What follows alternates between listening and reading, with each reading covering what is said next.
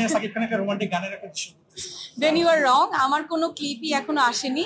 উত্তেজনাটা সেটা আমার কাছে এখন ভালোবাসাই মনে হয়। No, this is not my ethics, this is not মানে আমার চিন্তাধারার বাইরে এটা। অ্যাক্টিং এর জায়গা থেকে this is the most difficult performance. সেটা যদি মঞ্চনাটক হয়, যেটা আমি কখনো করিনি, আমি সেটাও করবো। উত্তেজনাটা সেটা আমার কাছে এখন ভালোবাসাই মনে হয়।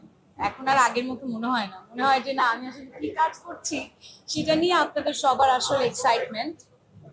সো ভালো লাগছে যে এই অ্যাওয়ার্ডটা পাওয়া, কারণ এটা হচ্ছে ঘুমপুরির জন্য পেয়েছি। ঘুমপুরিটা আমার সব কাজই তো আসলে খুব পছন্দের কাজ, বাট ঘুমপুরিটা হচ্ছে বলবো অ্যাক্টিং ক্যারিয়ারের অনেক স্মরণীয় একটা কাজ। বিকজ আমার আমার যে ডিরেক্টর জাহিদ প্রীতম যখন গল্পটা বলছিল, তখন আসলে আমি একটু কনফিউজ। আমি ওর গল্পে কখনোই কনফিউজ থাকি না। I am so confident about like Zahid Pritam. But থাকে না যে গল্পটা এত হাই থটের ছিল, মানে আমার বুঝে উঠতে একটু ডিফিকাল্ট মনে হচ্ছিল। বাট যখন কাজটা সবাই মিলে কষ্ট করে করেছি আর যখন আউটপুট পেয়েছি, তখন আসলে সার্থকতা। অসুস্থ হয়ে গিয়েছিলাম অনেকবার ঘুমপুরি করতে গিয়ে, অক্সিজেন সহ ছিলাম। বাট হ্যাঁ, ঘুমপুরির জন্য অনেক ভালোবাসা পেয়েছি। আমি যখন গল্প শুনেছি, তখন আমি আমার ডিরেক্টরকে বলছি আমি তো ঘুমাই থাকবো, প্রথম 1.5 ঘন্টা না 1 ঘন্টা ঘুমিয়েই থাকবো। বাট না, আমি বলবো অ্যাক্টিং এর জায়গা থেকে this is the most difficult performance. Because it's not যে আমি ঘুমিয়ে আছি। আমি যখন কোমায় থাকবো, I have to look at you, but আমার একটা জায়গায় তাকিয়ে থাকতে হবে, কোনো চোখের পলক ছাড়া। ইভেন আমি একটা অক্সিজেন পড়েছিলাম 24 আওয়ার্স, যেটার কারণে আমার রিয়েলি অক্সিজেন নিতে হয়েছে প্রায় 3 to 4 আওয়ার্স। সো যতটা আসলে ইজি মনে হয় ততটা ইজি না। আমি কখনো কিন্তু বলি না যে আমি এই কাজ করছি, আমি আগের কাজ করব না, বা আজকে আমি নাটক করছি না, ওটিটি করছি, আমি নাটক করব না।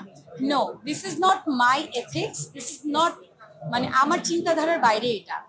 আমি কখনো বলছি না আমি নাটক করব না, বা কখনো বলছি না আমি ওটিটি করব না। আমি একজন অভিনেত্রী। আমার যদি গল্প ভালো লাগে, আমার যদি অভিনয় করার জায়গা হয়, সেটা যে কোনো কিছু হতে পারে। সেটা যদি মঞ্চনাটক হয়, যেটা আমি কখনো করিনি, আমি সেটাও করবো। আমার মনে হয় না এরকম কোনো ক্লিপ আমি দেখেছি। আমি নিজে কোনো নিউজ করেছি। না না, আপনি তাহলে ভুল নিউজ করেছেন। আপনি সাকিব খানের একটা রোমান্টিক গানের একটা দৃশ্য দেন ইউ আর রং। আমার কোনো ক্লিপই এখনো আসেনি। সেটাই বললাম, মাঝে মধ্যে একটু জেনে শুনে নিউজ করলে ভালো। ওইটা আমি ছিলাম না।